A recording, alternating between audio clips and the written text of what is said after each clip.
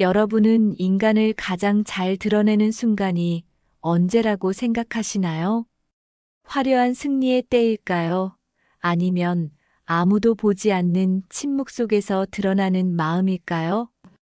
오늘 여러분께 들려드릴 세 편의 단편은 러시아 문학의 거장 안톤 체호프가 날카로운 시선으로 포착한 인간의 내면입니다. 내기에서는 자존심이라는 이름으로 인생을 저당 잡힌 두 남자의 15년이, 거울에서는 한 여인의 사랑과 집착이 거울처럼 반사되며, 미녀에서는 겉모습과 삶의 본질 사이의 공허한 거리가 조용히 펼쳐집니다. 소리 없이 깊은 곳을 건드리는 체호프의 문장들 속에서 우리는 결국 나라는 존재의 가장 적나라한 얼굴을 마주하게 될지도 모릅니다. 그럼 첫 번째 이야기 내기부터 시작하겠습니다. 내기. 캄캄한 가을밤이었다. 늙은 은행가는 사무실 이 구석에서 저 구석으로 오락가락하며 15년 전 가을에 열렸던 파티를 회상하고 있었다. 손님 중에는 똑똑한 사람들이 많아서 흥미로운 화제들이 거론되었다. 그 가운데는 사형에 관한 이야기도 있었다. 학자와 기자들이 적잖이 포함된 손님들 대다수는 사형에 대해 부정적인 태도를 보였다. 그들은 이 형벌이 기독교 국가에서는 낡고 무익할 뿐만 아니라 비윤리적인 제도라고 판단했다. 그들 중 몇몇은 사형 제도를 종신형으로 대체하는 것이 여러모로 바람직하다고 의견을 밝혔다. 나는 여러분에게 동의할 수 없습니다. 파티의 주최자인 은행가는 말했다. 나는 사형도 종신형도 겪어보진 못했지만 만약 선험적인 판단이 용납된다면 내 생각으로는 사형이 종신형보다 더 윤리적이고 인간적이라고 봅니다. 사형은 단번에 죽이지만 종신형은 천천히 죽이는 것이죠. 어떤 형벌이 더 인간적일까요? 몇 분 만에 당신을 죽이는 쪽일까요? 아니면 오랜 세월을 질질 끌면서 당신의 생명을 앗아가는 쪽일까요? 어느 쪽이 됐든 비윤리적인 것은 마찬가지입니다. 손님들 중 누군가가 말했다. 왜냐하면 두 쪽 다 똑같은 목적, 즉, 생명의 박탈이라는 목적을 갖는 것이니까요. 국가는 신이 아닙니다. 돌려받고 싶어도 돌려받을 수 없는 생명을 국가가 빼앗을 권리는 없습니다. 손님들 가운데는 25살쯤 된 젊은 변호사 한 명이 자리하고 있었다. 사람들이 그의 의견을 묻자 그는 이렇게 말했다. 사형이든 종신형이든 마찬가지로 비윤리적입니다만, 그래도 누가 나에게 사형과 종신형 중에서 하나를 선택하라고 한다면 저는 물론 후자를 택하겠습니다. 어찌됐든 아예 살지 못하는 것보다야 나을 테니까요. 열띤 논쟁이 벌어졌다. 그때만 해도 젊었고 그래서 예민했던 은행가는 갑자기 평정을 잃고 주먹으로 책상을 쾅 치며 젊은 변호사를 향해 소리쳤다. 그렇지 않아요. 당신이 독방에 5년 동안 들어가 있을 수 있다면 200만 루블을 걸겠소. 그게 만약 진심이라면. 하고 변호사가 그에게 대답했다. 5년이 아니라 15년을 조건으로 내기에 응하겠소. 15년? 좋소. 은행가는 소리쳤다. 여러분, 내가 200만 루블을 걸겠습니다. 좋습니다. 당신은 200만 루블을 거세요. 저는 제 자유를 걸겠습니다. 변호사가 말했다. 그리하여 이 지독하고 황당한 내기가 이루어진 것이다. 스스로도 계산이 안 될 정도로 돈이 많았던 탓에 거만하고 경솔했던 당시의 은행가는 이 내기에 꽤나 흥분했다. 저녁 식탁에서 그는 변호사에게 농담 삼아 말했다. 젊은이, 아직 늦지 않았으니 정신을 차리시오. 나야 200만 루블이 아무것도 아니지만 당신은 인생의 황금기를 잃게 되는 것 아닙니까? 당신이 34년 이상 버티지 못할 것이기 때문에 34년이라고 말한 거예요. 불운한 젊은이, 또한 잊지 말아야 할 것은 스스로 택한 감금은 강제적인 감금보다 훨씬 더 힘들다는 점이요. 매 순간 당신이 독방에서 자유롭게 나갈 권리를 갖고 있다는 생각이 당신의 존재 전체에 독을 퍼뜨릴 겁니다. 난 당신이 불쌍해요. 그리고 지금 은행 가는 방을 이리저리 오가며 이 모든 것을 돌이켜보고는 스스로에게 물었다. 무엇 때문에 이런 내기를 했을까? 변호사가 인생의 15년을 잃고 내가 200만 루블을 얻는 것이 어디에 쓸모가 있는 일인가? 그것으로 사형이 종신형보다 낫거나 나쁘다는 것을 사람들에게 증명할 수 있을까? 아니야, 아니야. 정신 나간 짓이야. 나로 말하면 권태에 지친 인간의 변덕이었고, 그 변호사로 말하면 순전히 돈에 대한 갈망이었을 뿐이지. 그는 계속해서 그날 저녁 이후에 있었던 일을 떠올렸다. 변호사는 은행가의 집 정원에 지어진 바깥채 중 하나에서 엄중한 감시 속에 감금되기로 결정됐다. 또한 그에게는 15년 동안 바깥채의 문턱을 넘을 권리, 살아있는 사람들을 보거나 목소리를 들을 권리, 그리고 편지나 신문을 받아볼 권리를 박탈한다는 조건이 붙었다. 악기를 지니고 있거나 책을 읽고 편지를 쓰는 일, 그리고 술을 마시고 담배를 피우는 것은 허용되었다. 조건에 따르면 그가 외부 세계와 가질 수 있는 유일한 접촉은 이 내기를 위해서 특별히 만들어진 작은 창문을 통하여 그것도 말없이 이루어지도록 되어 있었다. 책이든 악보든 술이든 그가 필요로 하는 모든 것들은 메모지에 쓰기만 하면 무한정 공급받을 수 있지만 반드시 창문을 통해서만 가능했다. 계약서는 완벽한 독방 감금이 되도록 구석구석까지 면밀하게 검토되었으며 이에 따라 변호사는 정확히 1870년 11월 14일 12시부터 시작하여 1885년 11월 14일 12시까지 감금되도록 되어 있었다. 변호사 쪽에서 조금이라도 조건을 위반할 경우에는 기한을 마치기 2분 전이라 할지라도 은행가는 그에게 200만 루블을 지불할 의무로부터 벗어날 수 있었다.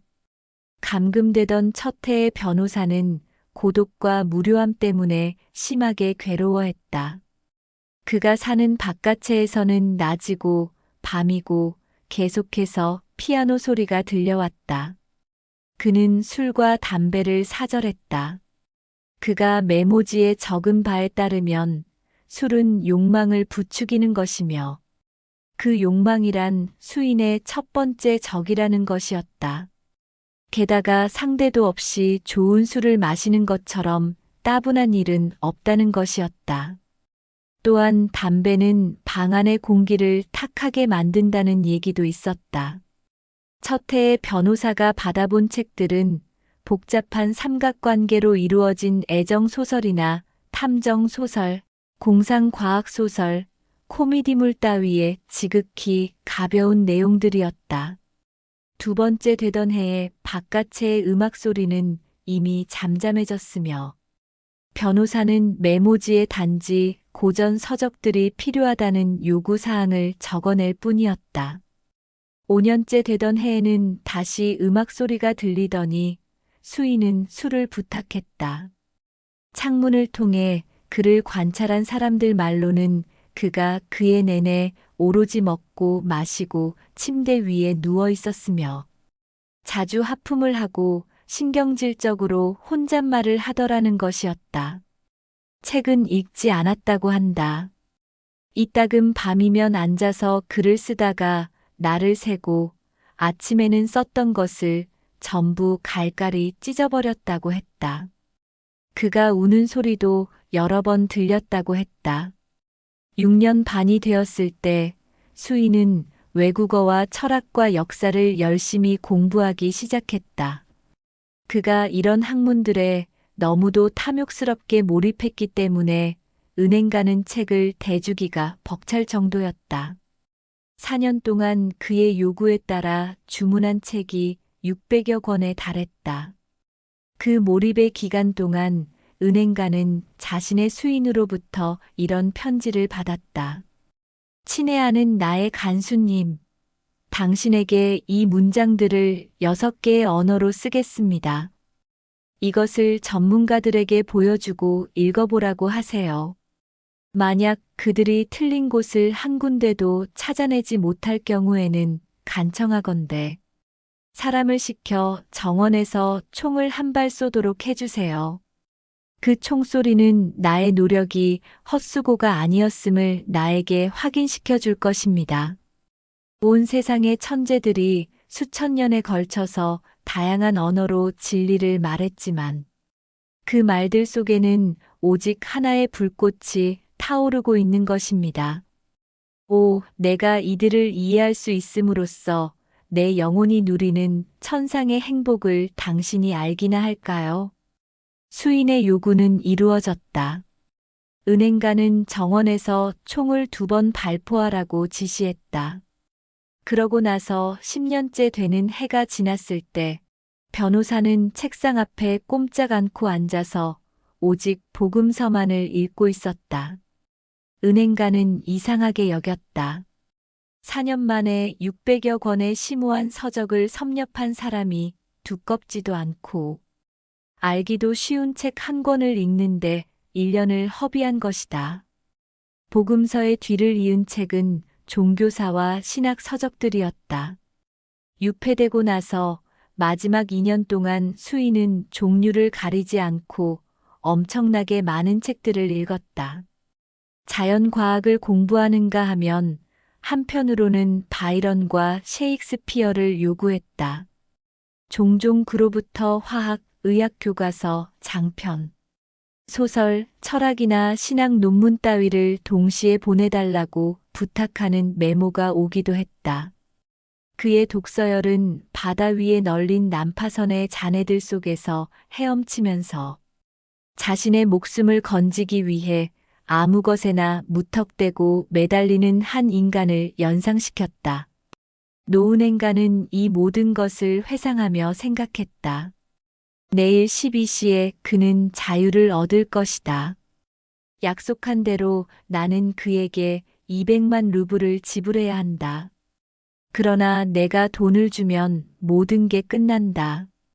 나는 여지없이 파산할 것이다. 15년 전만 해도 그에게는 계산이 안 될 만큼 많은 돈이 있었지만 지금은 스스로에게 묻기가 두려웠다. 자신의 돈과 빚 중에 어느 쪽이 더 많을까? 아슬아슬한 주식 노름, 도박과 다름없는 투기에 대한 열정은 나이가 들어서도 버릴 수 없었고 그로 인해 그의 사업은 조금씩 기울었다. 그리하여 대담하고 자신만만했던 갑부는 이자율이 조금이라도 오르락내리락 할 때마다 부들부들 떠는 이류 은행가로 전락하고 말았다. 망할 놈의 내기야. 노인은 두 손으로 머리를 감싸며 절망적으로 중얼거렸다. 이 인간은 왜 죽지 않았을까? 이자는 아직 40살밖에 안 됐어. 이자는 나의 마지막 재산을 가져가서 결혼도 하고 주식 투자도 하면서 인생을 즐기겠지. 그런데 나는 거지처럼 선망에 찬 눈으로 그를 바라보며 그가 날마다 되풀이하는 말을 듣게 될 거야. 나는 당신에게 내 인생의 행복을 빚졌습니다. 그러니 당신을 도와주게 해주세요. 아니야, 이건 너무해. 부도와 파산을 면할 수 있는 유일한 길은 이 인간이 죽어주는 것뿐이야. 시계종이 삼시를 알렸다. 은행가는 귀를 기울였다. 집안 식구들은 모두 잠들었고 창문 너머에서 나무들이 추위에 몸을 웅크리며 사각거리는 소리만이 들릴 뿐이었다. 소리를 내지 않도록 주의하면서 그는 15년 동안 한 번도 열린 적이 없었던 문의 열쇠를 내화 금고에서 꺼냈다. 그리고 그는 외투를 입고 집을 나섰다. 정원은 어둡고 추웠다. 비가 내리고 있었다. 매섭고 습기 찬 바람이 괴성과 함께 정원을 온통 휩쓸고 다니면서 나무들을 괴롭히고 있었다. 은행가는 눈을 부릅떴지만 땅이고 하얀 석상이고 바깥채고 나무들이고 간에 분간이 되지 않았다. 바깥채가 있는 지점까지 다가온 그는 경비원을 큰 소리로 2번 불렀다. 대답이 없었다. 경비원은 악천후를 피해 부엌이나 온실에서 자고 있는 것이 분명했다. 내게 만약 내 자신의 목적을 수행할 만한 용기가 충분히 있다면. 노인은 생각했다. 누구보다도 경비원이 의심을 받게 될 거야. 그는 어둠 속에서 계단과 문을 더듬더듬 찾아내고는 바깥의 현관으로 들어갔다. 그리고 손으로 더듬어가며 좁은 복도 안으로 살며시 들어가 성냥을 켰다. 거기에는 아무도 없었다. 누군가의 침대가 시트도 씌워지지 않은 채로 놓여 있었으며 구석에는 철제 난로가 희끄무레하게 보였다. 수인의 방으로 통하는 문에 붙여진 봉인은 멀쩡한 상태 그대로였다. 성냥불이 꺼지자 노인은 흥분에 몸을 떨며 작은 창문을 통해 안을 들여다보았다. 방 안에는 촛불이 어슴푸레하게 타고 있었다.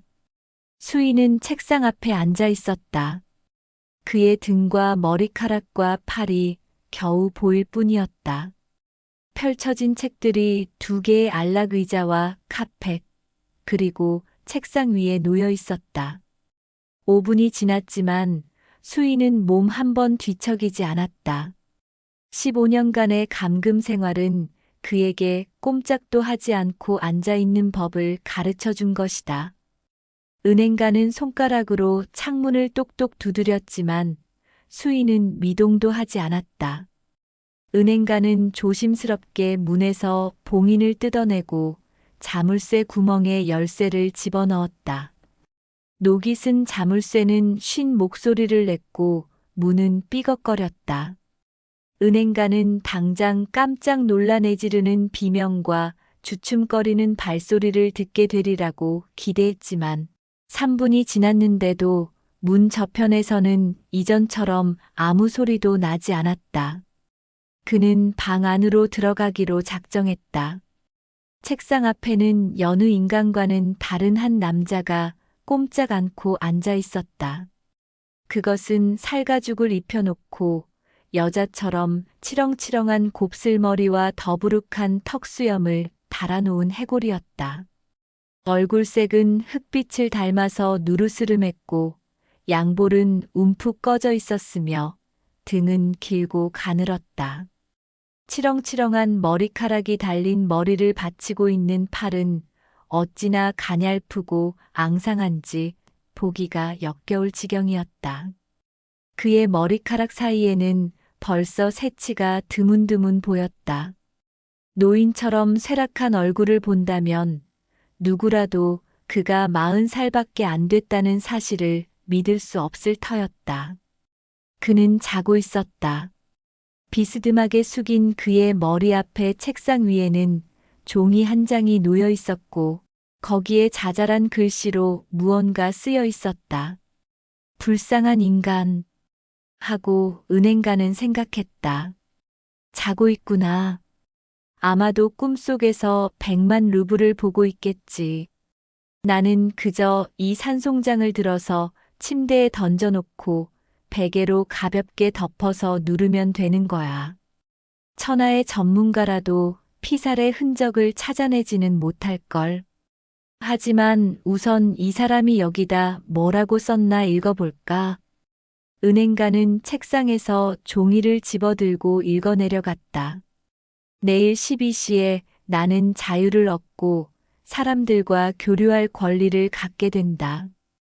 그러나 이 방을 떠나 태양을 보기에 앞서 나는 그대들에게 몇 마디 해줄 필요를 느낀다.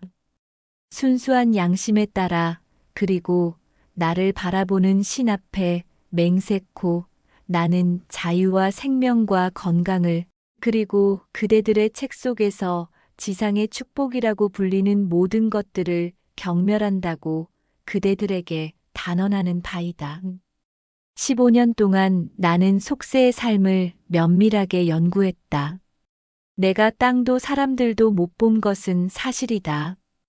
하지만 나는 그대들의 책 속에서 향기로운 술을 마셨으며 노래도 불렀고 사슴이며 멧돼지를 쫓아 숲으로 달려 들어가기도 했으며 여인을 사랑하기도 했다.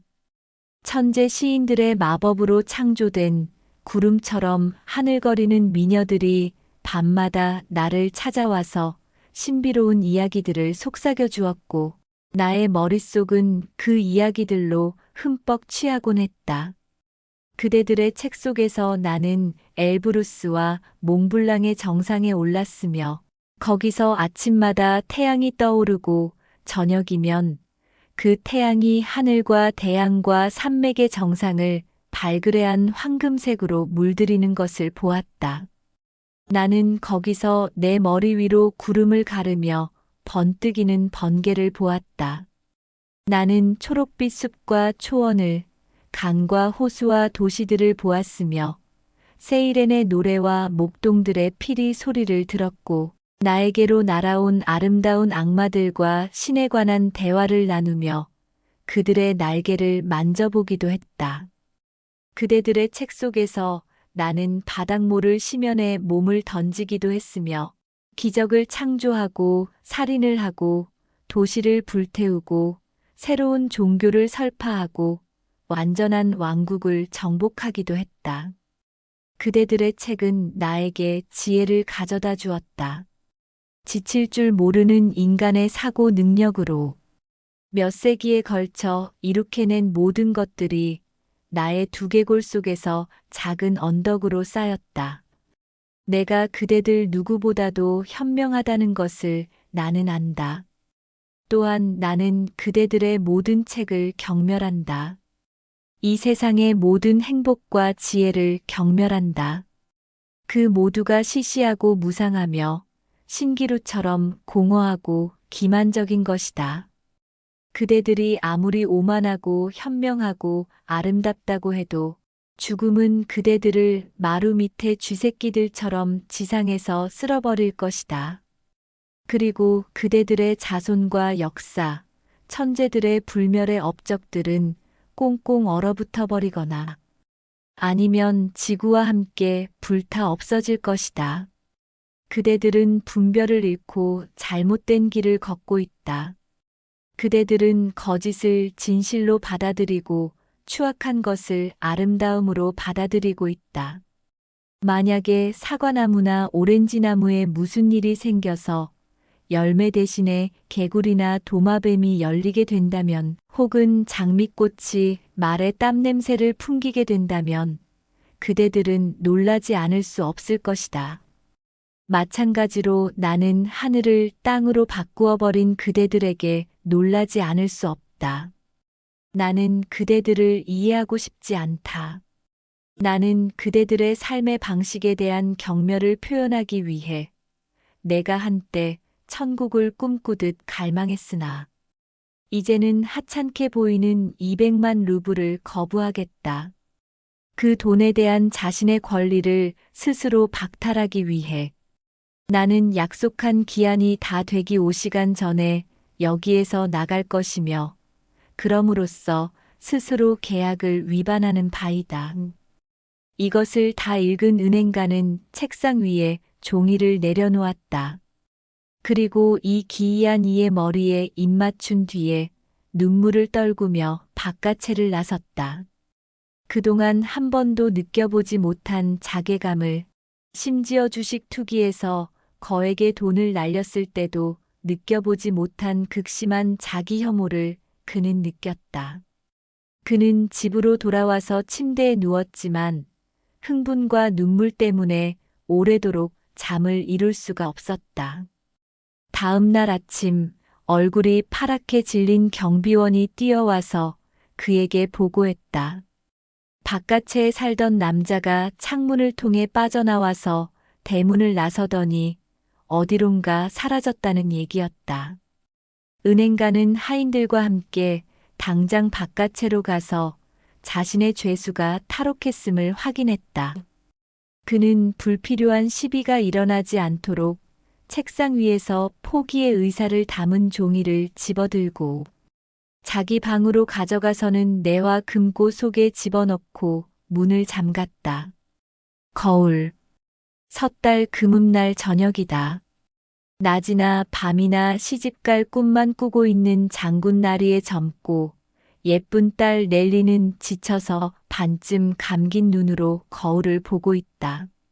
그녀는 마치 거울처럼 창백하고 긴장된 모습으로 꼼짝 않고 앉아 있다. 좁고 끝이 없는 복도를 닮은 보이기는 하지만 실존하지 않는 풍경, 무수한 촛불들의 행렬, 그녀의 반사된 얼굴, 팔 거울의 액자. 이 모든 것들은 벌써 오래전에 안개에 뒤덮인 채로 끝없는 잿빛 바닷속으로 한데 섞여 들어가고 있었다. 바다는 출렁이고 반짝이다가 이따금 노을로 불타오른다. 넬리의 움직임 없는 눈동자와 벌려진 입을 보노라면 그녀가 자고 있는지 깨어 있는지 분간하기 힘들지만 어쨌든 그녀는 보고 있다. 처음에 그녀는 단지 누군가의 부드럽고 매혹적인 눈웃음을 보는 듯 했으나 나중에는 출렁이는 잿빛 배경 위에서 점점 선명해지는 머리의 윤곽을 그리고 얼굴과 눈썹과 턱수염을 본다. 그 사람이다. 오랜 동경과 희망의 대상, 그녀의 약혼자다. 약혼자는 넬리의 전부였다. 그는 인생의 의미이며 개인적인 행복이며 성공이며 운명이다. 그가 없는 세상에는 이 잿빛 배경처럼 암흑과 공허와 무의미만이 있을 뿐이다. 그러니 자기 앞에서 부끄러운 듯 미소 짓고 있는 이 아름다운 얼굴을 보면서 그녀가 황홀해하는 것도 그 어떤 말이나 글로 표현할 수 없는 달콤한 혼란을 느끼는 것도 전혀 이상한 일이 아니다. 계속해서 그녀는 그의 목소리를 듣고 한 지붕 아래서 그와 함께 사는 장면을 본다. 차츰차츰 자신의 삶이 그의 삶과 결합되어 가는 것을 본다. 잿빛 배경 위로 세월이 주마등처럼 흘러간다. 그리하여 넬리는 자신의 미래를 낱낱이 뚜렷하게 본다. 잿빛 배경 위에서 이런저런 장면들이 나타났다, 사라진다. 지금 그녀는 어느 추운 겨울밤 자신이 마을 의원인 스테판 루키치의 집 대문을 두드리는 것을 보고 있다. 대문 뒤에서 늙은 개가 쉰 소리로 게으르게 짖고 있다. 의사 선생님의 방 창문에는 불빛이 보이지 않는다. 주변에는 정적이 감돌고 있다. 제발, 제발. 넬리는 속삭인다. 그런데 마침내 쪽문이 끼익하며 열린다. 넬리는 자기 앞에 의사 선생님 댁의 요리사가 서 있는 것을 본다. 선생님 집에 계세요? 주무시는뎁쇼. 요리사는 주인이 깨어날까 두려운 듯 손으로 입을 가리고 속삭인다. 방금 전염병 환자를 진찰하고 돌아오셨거든요. 깨우지 말라고 분부하셨어요. 그러나 넬리는 요리사의 말을 듣지 않는다. 넬리는 한 손으로 그녀를 밀치고 미친 여자처럼 의사 선생님의 집 안으로 들어간다. 몇 개나 되는 어둡고 답답한 방들을 지나며 의자 두세 개를 쓰러뜨리고 나서야 그녀는 가까스로 의사 선생님의 침실을 찾아낸다. 스테판 루키치는 자신의 침대 위에 코트만 벗은 채로 누워서 오므린 입술 위에 손바닥을 얹고 거기다가 숨을 쉬고 있다. 침실용 등잔이 그 옆에서 희미하게 빛나고 있다. 넬리는 아무 말도 못하고 의자에 앉아서 울기 시작한다. 그녀는 온몸을 떨며 서럽게 울고 있다. 남편이 아파요. 그녀는 간신히 그렇게 말한다. 스테판 루키치는 말이 없다.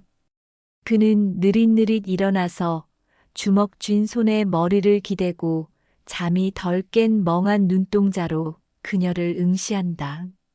남편이 아파요. 그녀는 울음을 참으며 계속한다. 제발 같이 가요. 빨리요. 가능한 한 빨리요. 네. 손바닥에 숨을 내쉬며 그는 웅얼거린다. 같이 가요. 지금 당장. 안 그러면. 생각만 해도 끔찍해. 제발이요. 걱정으로 파랗게 질린 넬리는 눈물을 삼키고 숨을 몰아쉬며 남편의 갑작스러운 발병과 자신의 표현할 길 없는 공포를 의사 선생님에게 설명하기 시작한다. 그녀의 고통은 바위라도 감복시킬 정도였지만 의사 선생님은 그녀를 보며 손바닥 위에 숨을 불어넣을 뿐 꼼짝하려 하지 않는다. 내일 가지요. 그는 중얼거린다. 그럴 순 없어요. 넬리는 질겁한다. 난 알아요, 남편은. 티푸스예요. 바로 지금 선생님이 필요해요. 나는 방금 돌아왔어요. 의사 선생님은 중얼거린다. 사흘 동안 전염병 지역에 있다 왔어요. 지쳤을 뿐만 아니라 나 자신도 병이 났어요. 도저히 갈 수가 없어요. 도저히. 내가 바로 나 자신이 전염됐단 말입니다. 자, 보시오. 하면서 의사 선생님은 넬리의 눈앞에 체온계를 내민다. 체온이 40도에 가까워요. 도저히 못 갑니다. 나는 앉아있을 기운도 없다고요. 용서하시오. 누워야겠으니. 의사는 눕는다. 부탁이에요, 선생님. 넬리는 절망적으로 신음했다. 이렇게 빌겠어요. 도와주세요, 제발. 어떻게든 기운을 짜내서 저랑 같이 가요. 은혜는 꼭 갚겠어요, 선생님. 맙소사. 말했잖습니까? 넬리는 벌떡 일어나서 신경질적으로 침실을 오락가락했다. 그녀는 의사에게 설명을 해서 그를 설득하고 싶었다. 그녀에게 남편이 얼마나 소중하며 그녀가 지금 얼마나 불행한가를 의사가 안다면 자신의 피로와 병도 잊을 수 있을지 모른다는 생각이 들었다. 그러나 어떻게 말해야 그를 납득시킬 수 있을까? 잼스트보의 의사에게 가봐요. 그녀는 스테판 루키치의 목소리를 듣는다. 그건 불가능해요. 잼스트보는 여기서 25베르스타나 떨어져 있고 우린 시간이 없어요. 그리고 말도 충분하지 않아요. 우리 집에서 여기까지 40베르스타를 왔는데 여기서 잼스트보의 의사에게 가려면 또 그만큼을 가야 할지 몰라요. 안 돼요. 불가능해요. 같이 가요. 스테판 루키치. 저에게 용기를 보여주세요. 자, 선생님은 영웅이 되시는 거예요. 저를 불쌍히 여기셔서 어쩌라는 건지. 이렇게 열이 펄펄 나고 머리가 빙빙 도는데 이 여자는 이해를 못하는군. 안 되겠소. 날 내버려둬요. 하지만 선생님은 가야 돼요. 안 가곤 못 베길 거예요. 이건 이기주의라고요. 사람은 이웃을 위해 목숨도 버릴 수 있어야 돼요. 그런데도 선생님은 안 가시겠다는 겁니까? 선생님을 고발하겠어요. 넬리는 자신이 모욕적이고 어처구니 없는 말을 지어내고 있다고 느꼈지만 남편을 구하기 위해서는 논리나 절제도 다른 사람에 대한 이해도 잊을 준비가 되어 있었다.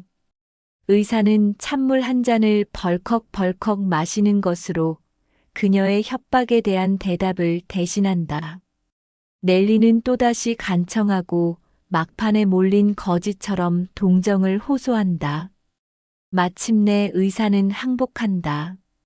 그는 느릿느릿 몸을 일으키더니 숨을 헐떡이고 끙끙거리면서 자신의 코트를 찾는다. 여기 코트가 있어요. 넬리는 그를 돕는다. 제가 입혀드릴게요.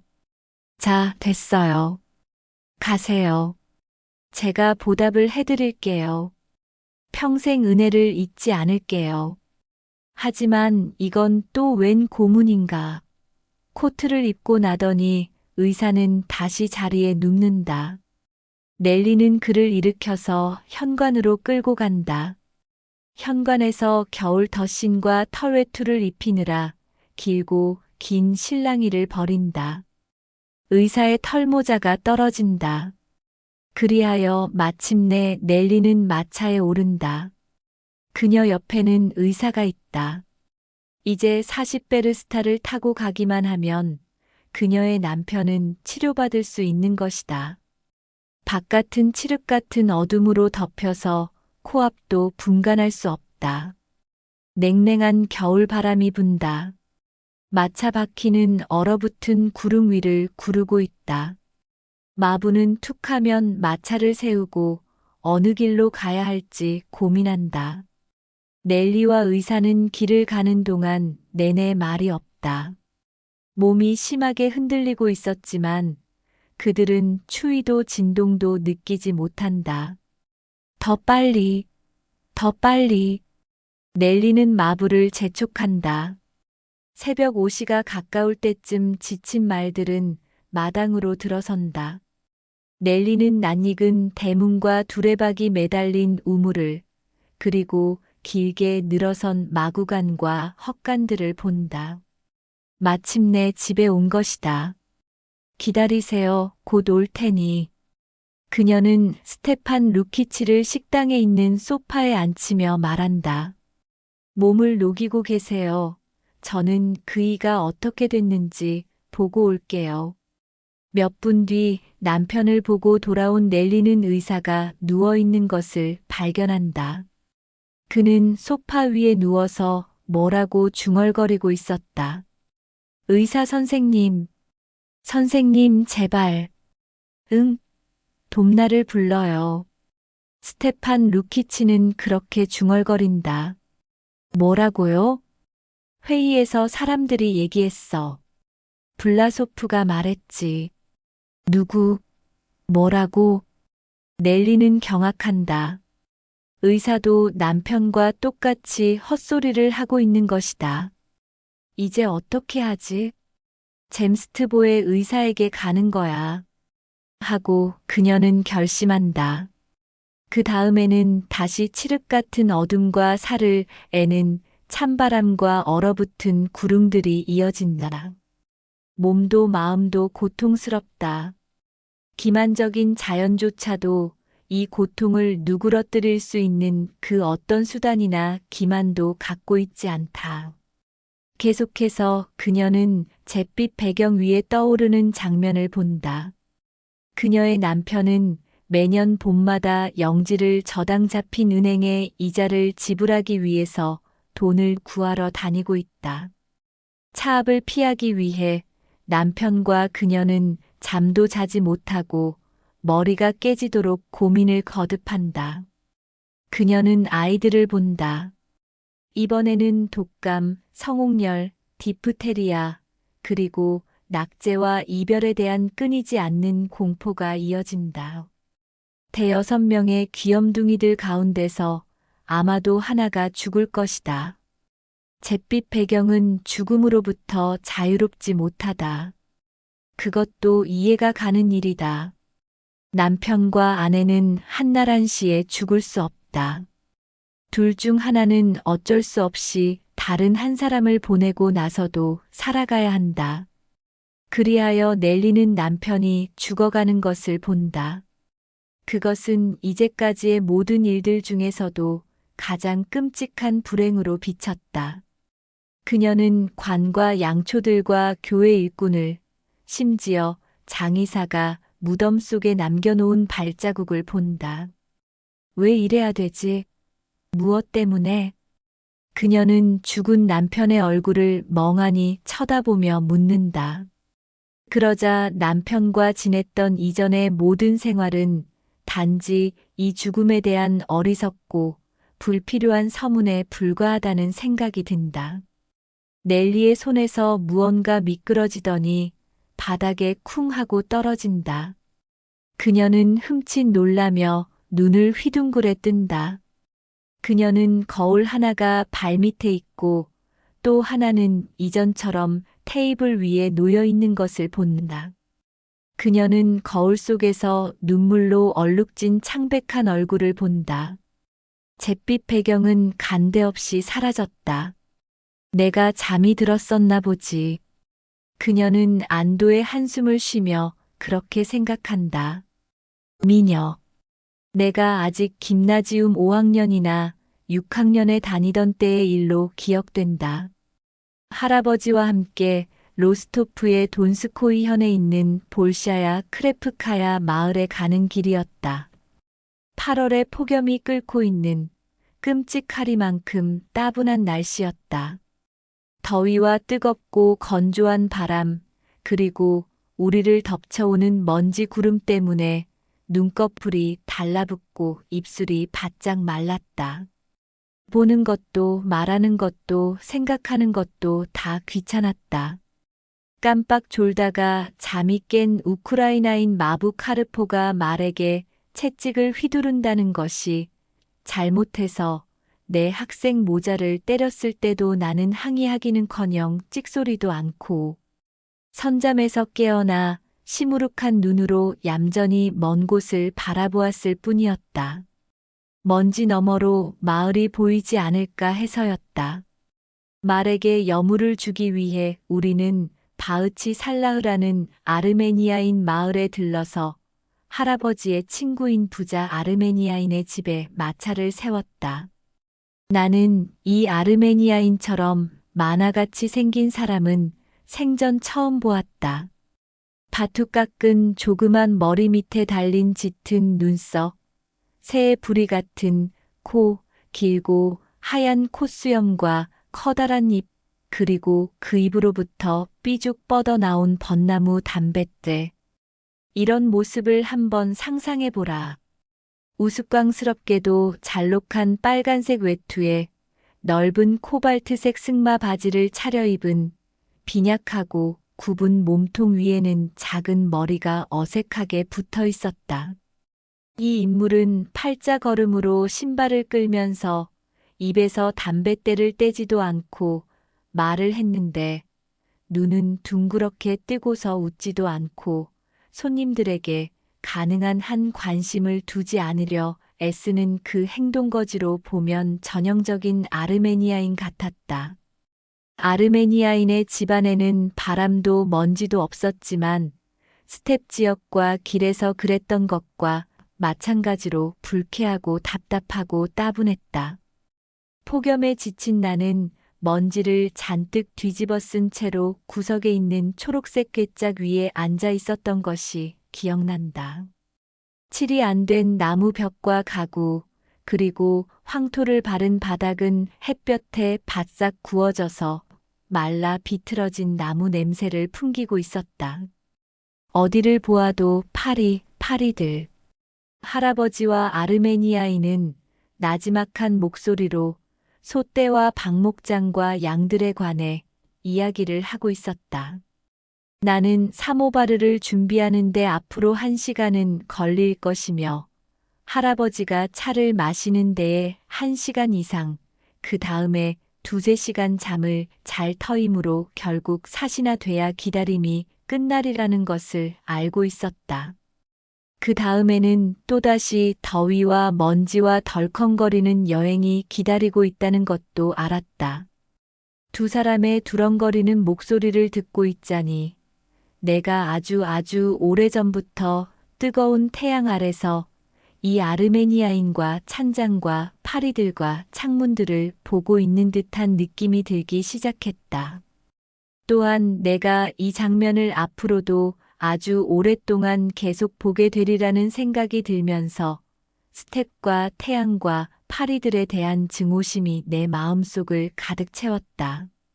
치마를 입은 우크라이나 여자가 먼저 찻잔을 쟁반에 담아 들고 오더니 이어서 사모바르를 가지고 왔다. 아르메니아인은 느긋한 걸음으로 현관으로 나가서 소리쳤다. 마시아, 와서 차를 따라라. 어디 있니, 마시아? 젠걸음 소리가 들리더니 수수한 사라사 옷에 하얀 머릿수건을 두른 16살가량의 소녀가 방으로 들어왔다. 찻잔을 씻고 차를 따르는 동안 그녀는 나에게 등을 보이고 있었으므로 나는 단지 그녀의 허리가 가늘었으며 맨발이라는 것과 밑으로 드리워진 속바지가 작은 발가락들을 살짝 덮고 있다는 것만 알았을 뿐이었다. 주인은 나에게 차를 권했다. 나는 식탁 앞에 앉으면서 나에게 잔을 갖다 주는 소녀의 얼굴을 살짝 바라보았다. 그 순간 내 머릿속으로 휙 바람이 불어오더니 권태며 먼지와 같은 오늘 하루 동안의 찌꺼기들을 한꺼번에 날려버리는 것이었다. 나는 현실은 물론 꿈속에서 보았던 그 누구보다도 아름다운 인물을 넋을 잃은 채 바라보았다. 내 앞에는 미녀가 서 있었다. 번개를 한번 보면 알듯 나는 그것을 한눈에 알 수 있었다. 나는 마샤가 혹은 그 아버지가 부르는 이름대로라면 마시아가 진정한 미녀였다고 맹세할 수 있다. 물론 그것을 증명할 수는 없다. 가끔 구름이 지평선 위로 어지럽게 모여들 때 태양이 그 너머로 저물면서 상상할 수 있는 온갖 색깔들로 구름과 하늘을 물들이는 경우가 있다. 자주색, 오렌지색, 황금색, 연보라색, 분홍색. 어떤 구름은 수도사, 어떤 구름은 물고기, 또 어떤 구름은 터번을 쓴 터키인처럼 보인다. 석양은 하늘의 3분의 1을 덮고 교회 십자가 위에서, 영주의 저택 창문 위에서, 강물과 웅덩이 위에서 빛나며 나무들 위에서 아롱거린다. 저기 멀리 노을을 배경으로 드로리 한 떼가 어딘가로 잠을 자러 날아가고 그리하여 소를 모는 목동이나 사륜마차를 타고 제방을 건너가는 측량 기사나 산책 나온 지주 나리들이나 모두가 이 석양을 보면서 한 가지 생각을 하는 것이다. 이건 정말 아름답다고. 하지만 아무도 그 아름다움의 비밀을 알거나 말할 수는 없는 것이다. 아르메니아 소녀가 아름답다는 사실을 발견한 사람은 나 혼자만이 아니었다. 80세 노인인 할아버지가 여자들이나 자연의 아름다움에 무관심한 이 거친 사나이가 1분 가까이 마샤를 다정한 눈으로 바라보더니 이렇게 물었다. 이 아이가 당신 따님입니까? 아베트 나자르이치 씨? 딸입니다. 내 딸이에요. 주인이 대답했다. 훌륭한 숙녀로군요. 할아버지는 그렇게 칭찬했다. 화가라면 이 아르메니아 소녀의 아름다움을 고전적인 엄경미라고 했을 터였다. 그것은 찬찬히 응시하고 있노라면 어느샌가 당신이 어떤 완벽한 형상을 보고 있다는 확신을 갖게끔 만드는 그런 아름다움이었다. 머리카락, 눈, 코, 입, 목, 가슴 그리고 젊은 육체의 모든 움직임은 완전한 조화를 이루고 있었으며 창조자인 자연은 그 속에서 털끝만한 실수도 보이지 않았다. 당신은 자기도 모르게 이상적인 미녀라면 바로 이 마샤와 같은 오똑하고 자그마한 매부리 코와 크고 까만 눈동자를, 바로 이런 긴 속눈썹과 우수 어린 시선을 가져야만 된다고 믿게 될 것이다. 또한 당신은 푸른 갈대밭이 고요한 강물에 어울리듯 그녀의 검은 곱슬머리와 눈썹이 그 이마와 볼의 부드러운 하얀빛에 어울린다고 생각하게 될 것이다. 마샤의 하얀 목과 젊은 가슴은 아직 충분히 무르익지 않았지만 막상 이를 조각할 수 있으려면 엄청난 창조적 재능을 소유해야만 하리라는 생각도 들 것이다. 마샤를 보고 있노라면 당신은 무언가 특별히 즐겁고 진실한 이야기를, 그녀 자신처럼 아름다운 이야기를 그녀에게 하고픈 욕망을 점점 더 느끼게 될 것이다. 처음에 나는 마샤가 나에게 전혀 관심을 보이지 않고 내내 시선을 깔고 있어서 화가 나고 부끄러웠다. 어떤 묘한 행복하면서도 오만한 분위기가 나와 그녀를 가르고 나의 시선을 심술궂게 차단하는 것처럼 느껴졌다. 이건 내가 온종일 먼지를 뒤집어 쓰면서 햇볕을 쬐었기 때문이야. 그리고 내가 어린애여서 그래. 하고 나는 생각했다. 그러나 나중에는 차츰 자신을 잊고 완전히 그녀의 아름다움에 도취되는 것이었다. 나는 이미 스텝의 권태와 먼지도 생각나지 않았으며 파리가 윙윙거리는 소리도 들리지 않았고 차의 맛도 알 수 없었다. 오로지 식탁 너머에 아름다운 소녀가 서 있다는 것을 느낄 뿐이었다. 이 아름다움에 대한 나의 느낌은 묘한 것이었다.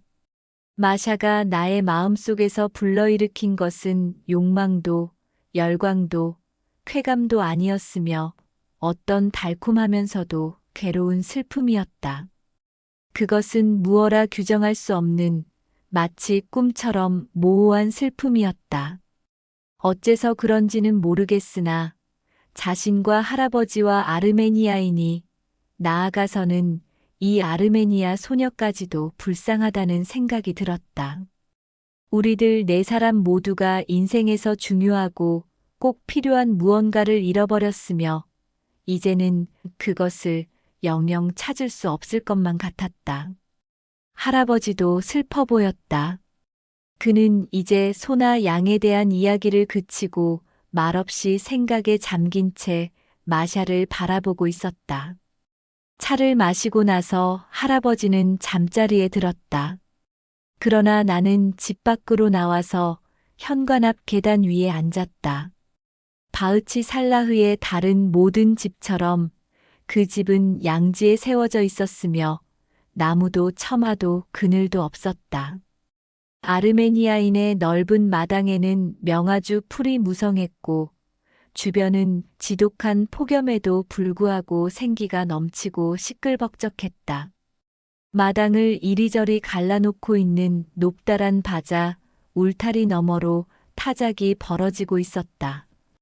탈곡장 한가운데에 버티고 있는 기둥 주변에는 12마리의 말들이 한 줄로 메어진 채 큰 원을 그리며 달리고 있었고 그 옆에서 긴 조끼와 넓은 승마 바지를 입은 우크라이나인이 채찍을 휘두르고 있었다. 그는 말 울음소리를 흉내내며 이 짐승들에 대한 자신의 권위를 과시하듯 소리치고 있었다. 아, 아, 아, 이 저주받을 놈들. 아, 아, 아, 이 망할 놈들아. 무섭냐?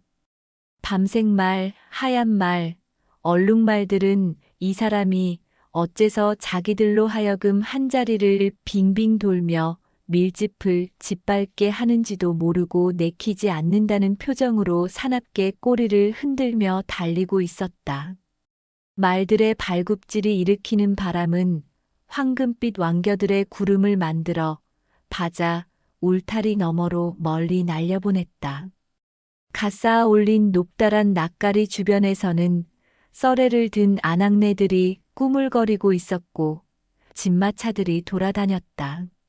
낯가리 너머에 있는 다른 집 마당에서는 기둥 주위로 똑같은 12마리의 말들이 달리고 있었으며 똑같은 우크라이나인이 채찍을 휘두르며 말들을 놀리고 있었다.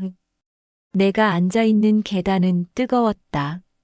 난간과 창틀은 열기로 인해 스며 나온 나무진 때문에 끈적거렸고 계단과 덧창에 드리워진 창살 무늬의 그늘 속에서 자그마한 딱정 벌레들이 서로를 찔러대고 있었다.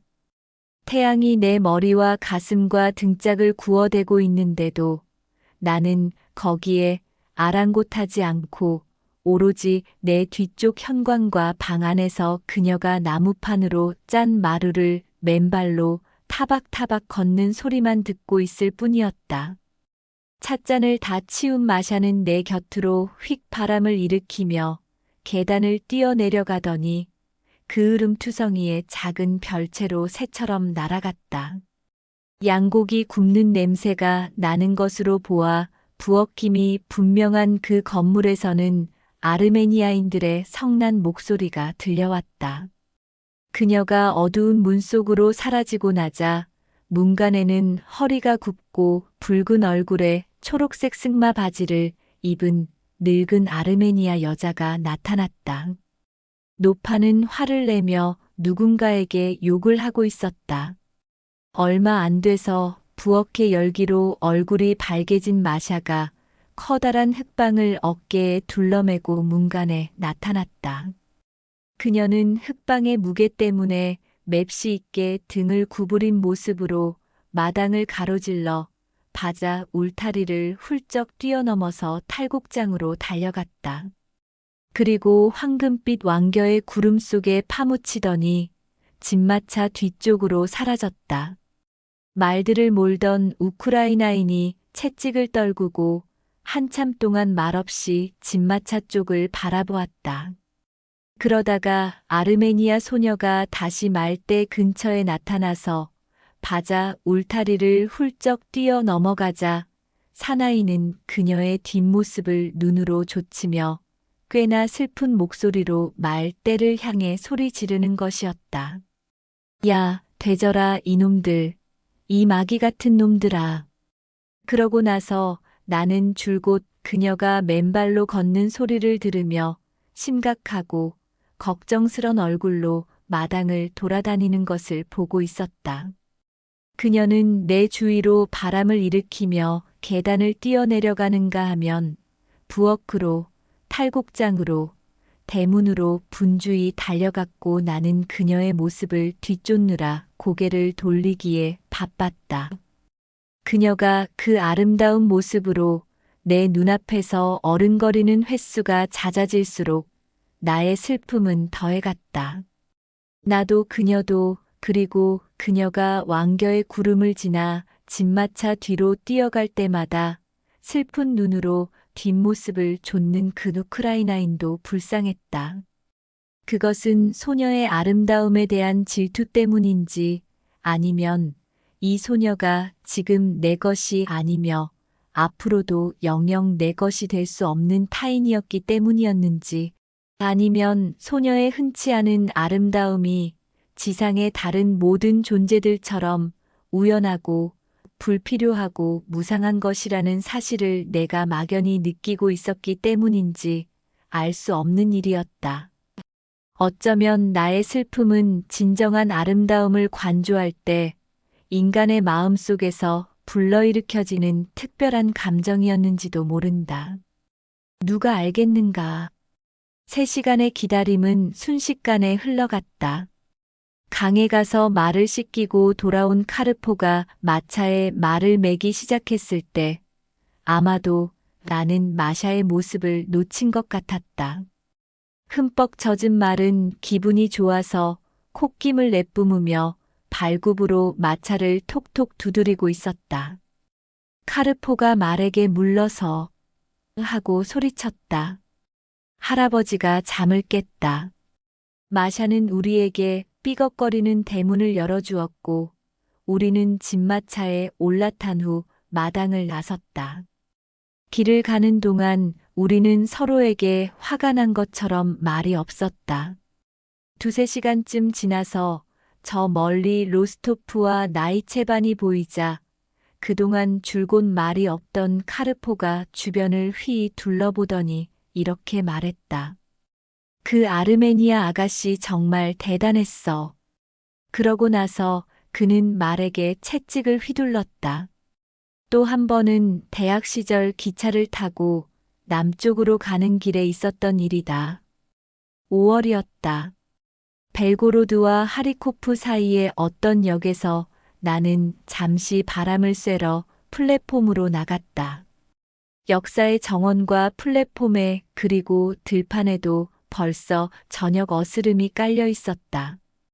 역사 건물이 석양을 가리고 있기는 했지만 기관차에서 무럭무럭 뿜어져 나오는 연기의 끝부분이 연한 장밋빛으로 물든 것을 보아 태양은 아직 저물지 않은 것이 분명했다. 플랫폼을 거닐던 나는 밖에 나온 승객 대부분이 한 2등 객차 주변에서 서성거리고 있다는 사실에 눈길이 갔다. 승객들은 마치 이 객차에 누군가 유명한 사람이 타고 있다는 듯한 표정을 하고 있는 것이었다. 이 객차 주변에 모여든 호기심 많은 승객들 중에는 마침 나의 동행인 포병 장교가 있었는데, 그로 말하자면 우리가 여행 도중에 잠깐 우연히 알게 되는 모든 이들처럼 온화하고 기분 좋은 사람이었다. 여기서 뭘 보고 계십니까? 하고 나는 물었다. 그는 아무런 대답 없이 눈짓으로 나에게 한 여자를 가리켰다. 여자는 17세나 18세쯤 되어 보이는 젊은 아가씨였는데 모자는 쓰지 않았지만 러시아 전통 의상을 입고 한쪽 어깨에는 아무렇게나 쇼를 걸친 모습이었다. 아마도 승객이 아니라 역장의 딸 내지는 누이쯤으로 보였다. 그녀는 차창 옆에 서서 한 중년의 여자 승객과 이야기를 하고 있었다. 나는 당장 언젠가 아르메니아인 마을에서 겪었던 바로 그 느낌에 불현듯 사로잡혀 있다는 사실을 선명하게 깨달았다. 아가씨는 대단한 미인이었으며 이 점에 대해 나는 물론 그녀를 본 누구라도 의심할 수 없었다. 만약에 상식적으로 그녀의 외모를 조목조목 묘사한다고 치면 정말로 멋있는 부분은 옅은 금발로 물결치는 숱이 많은 머리카락밖에 없었다. 머리 위에서 검은 리본으로 매듭을 지어 길게 늘어뜨린 그 머리카락을 제외한 나머지 부분들은 뭔가 어긋나 있거나 아니면 극히 평범했던 것이다.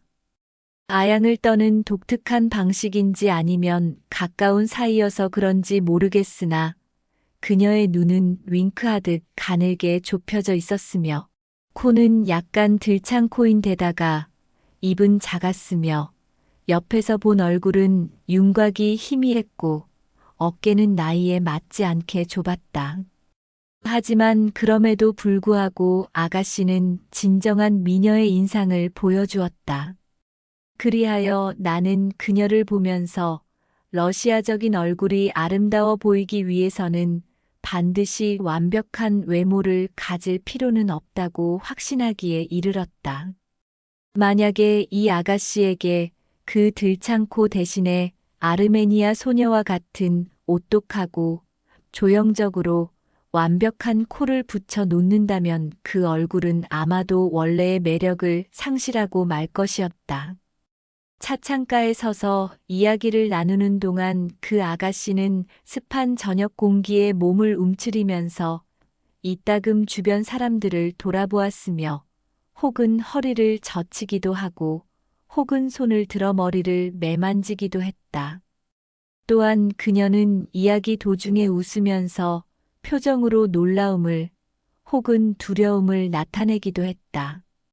나는 그녀의 몸과 얼굴이 잠자코 있던 순간을 기억할 수 없다.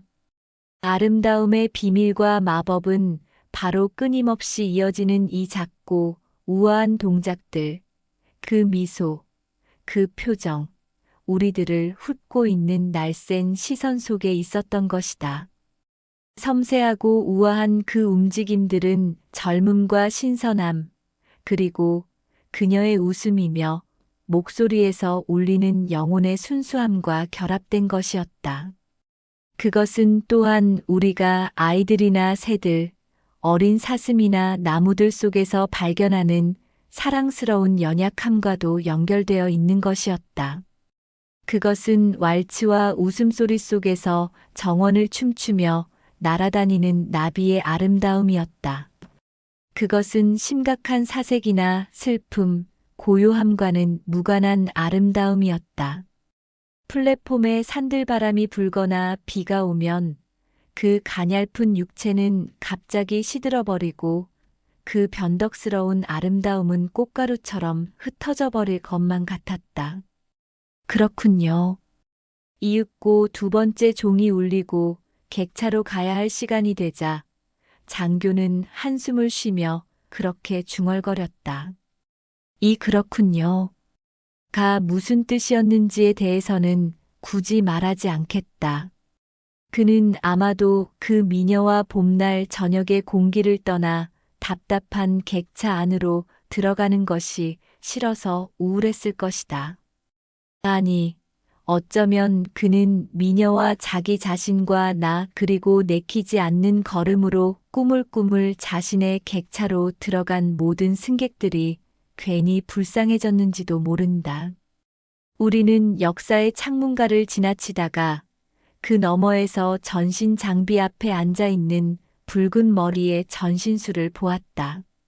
장교는 위로 뻗친 곱슬머리에 광대뼈가 튀어나온 누런 얼굴의 전신수를 바라보며 한숨을 쉬더니 이렇게 말했다. 이 전신수가 아까 본 미녀와 사랑에 빠질 거라는데 내기를 걸겠어요. 이런 선녀 같은 여자와 한 지붕 밑에 지내면서 사랑에 빠지지 않는다는 건 인간의 힘으로 불가능하지요. 친구, 이런 시시하고 얌전하고 똘똘하고 구부정한 곱슬머리로 태어나서 우리들에게는 눈길도 주지 않는 이 멍청한 미녀와 사랑에 빠진다면 그건 얼마나 불행하고 우스운 일일까요? 아니, 더 나쁠 수도 있지. 상상해봐요. 이 전신수가 아가씨를 사랑하면서 동시에 아내를 갖고 있다면 또한 그 아내가 그와 마찬가지로 구부정하고 얌전한 곱슬머리라면 끔찍한 노릇이죠. 우리 객차 근처에서 한 차장이 광장 철책에 몸을 기대고 미녀가 서 있던 쪽을 바라보고 있었다. 그의 깡마르고 푸석푸석한 밤새 잠도 못 자고 열차의 진동에 시달린 데다 소화불량인 듯한 얼굴은 감동과 함께 깊은 슬픔을 표현하고 있었다. 그는 마치 그 아가씨에게서 자신의 젊음과 행복을, 순수한 본성을, 그리고 아내와 아이들을 본 듯했다. 그는 이 아가씨가 자신의 것이 아니라는 사실을 마치 온몸으로 인정하고 느끼는 듯했다. 일찌감치 노쇠해진 데다 개기름이 흐르는 흉한 얼굴을 한 그에게 있어서 보통 사람의 행복이나 여행객의 행복 같은 것은 마치 저 하늘처럼 먼 곳에 있을 터였다.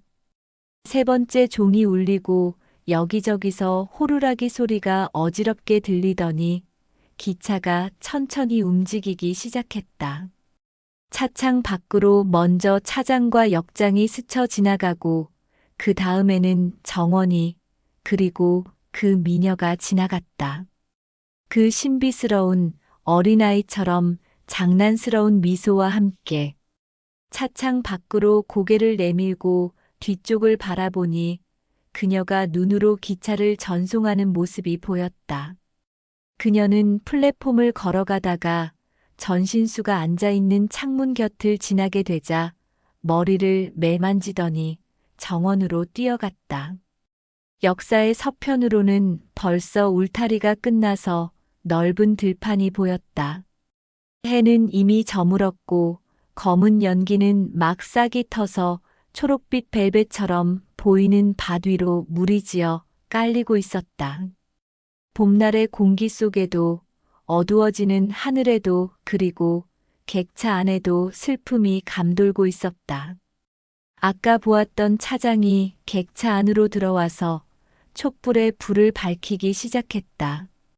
오늘 세 편의 이야기는 모두 우리 삶의 가장 어두운 골목에서 시작되었지만 그 끝은 의외로 조용하고 낯익은 풍경이었습니다. 내기에서는 오만과 탐욕이 만든 감옥에서 누군가는 타인을 이기려다 스스로를 잃고 누군가는 모든 걸 내려놓음으로써 자유를 얻습니다. 거울 속 여인은 사랑에 대한 갈망이 어떻게 집착으로 바뀌는지를 보여줍니다. 우리가 스스로를 비추는 거울은 과연 진실한가요? 아니면 원하는 모습만을 반사하고 있을까요? 그리고 미녀, 겉으로는 완벽한 아름다움이지만 그 이면에 존재하는 공허와 무의미함은 아마 우리 모두가 한 번쯤은 느껴본 감정일지도 모릅니다. 체오프는 말합니다. 인간이란 스스로도 모르는 욕망 속에서 허우적대며 살아가는 존재라고. 오늘 낭독이 여러분의 내면에 작은 파문을 남겼기를 바랍니다. 좋아요와 구독 잊지 마시고요. 다음 시간에도 또 다른 고전의 조용한 지혜를 들고 찾아오겠습니다. 고전 부엉이였습니다. 편안한 밤 보내세요.